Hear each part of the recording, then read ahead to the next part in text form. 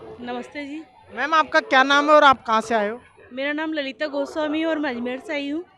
तो मैम आप यहाँ पे पधारे हो तो किस उद्देश्य से?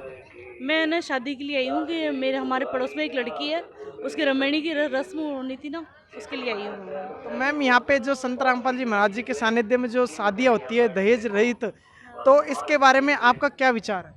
मेरा बहुत अच्छा विचार है क्योंकि एक गरीब आदमी के लिए एक बेटी का ब्याह करना जो होता है वो बहुत कठिन कार्य होता है एक तरह से, और उसकी आर्थिक स्थिति पूरी की पूरी उस शादी के अंदर ही खर्च हो जाती है। उसके लिए संत रामपाल जी ने जो बिना दहेज की शादी का जो प्रोग्राम किया है उन्होंने, तो एक माँ बाप के लिए बेटी को जन्म देने का जो कुरीति थी वो ख़त्म होती जा रही है मतलब। और आज बाप है ना अपनी बेटी को जन्म देने पर गर्व महसूस करता है, ना कि उसको शर्म आती है कि भाई कि मैंने बेटी जन्म दी है और अब इसका मैं खर्चा कैसे उठाऊंगा।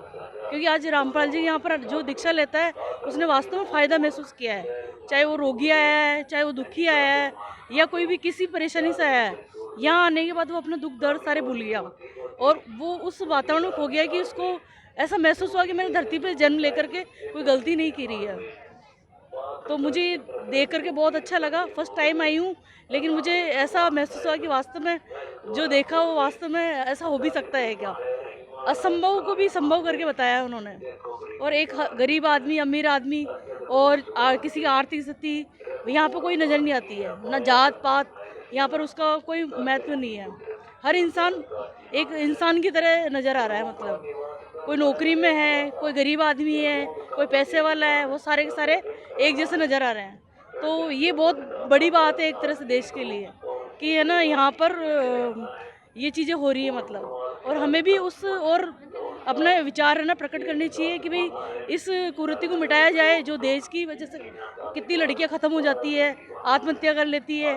वो अगर अगर सभी इस मुहिम में चलाएंगे कि भाई बिना दहेज के शादी करी जाए, तो आज बेटियां जो है वो उनके घर बर्बाद नहीं होंगे। एक दहेज की वजह से ही लड़की का घर बर्बाद होता है।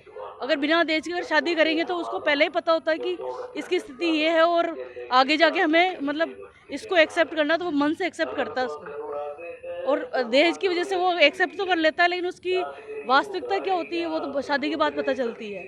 तो हमें उस दहेज की कुरीति को मिटाना चाहिए और हमें इन जो संत रामपाल जी ने जो बिना शादी का जो मुहिम चलाई है उसको आगे बढ़ाने की कोशिश करनी चाहिए और उनका साथ देना चाहिए। तो इस सोशल मीडिया प्लेटफॉर्म से आप जो लोग जो आपको देख रहे हैं उनको आप अंतिम क्या मैसेज देना चाहोगे? मैं यही मैसेज देना चाहती हूँ कि आप जागो, अब जागने का समय आ गया है। ये नहीं कि आप उस जो पुरानी प्रथाएं चली आ रही है उन्हीं को आप आगे बढ़ाते जाओ कि हमें शादी में इतना खर्च करेंगे तो ऐसा लोग बाग कहेंगे। लोग आपके बारे में कोई कुछ नहीं कहेगा, उनको सिर्फ ये होता है खाना खा के जिम के जाने से मतलब होता है। लेकिन एक बाप के लिए बेटी की शादी करने के लिए उसका घर बिक जाता है, ज़मीन गिरवी चली जाती है, उस बात को सोचने की ज़रूरत है आपको। तो हमें अगर अगर अपन पैसे वाले और अन पैसे वाले जिनके पास पैसे की स्थिति खराब है, सब एक जैसे मिलकर चलेंगे ना, तो इस देश को आगे बढ़ाने से कोई नहीं रोक सकता। जी बहुत बहुत धन्यवाद। Okay, thank you sir.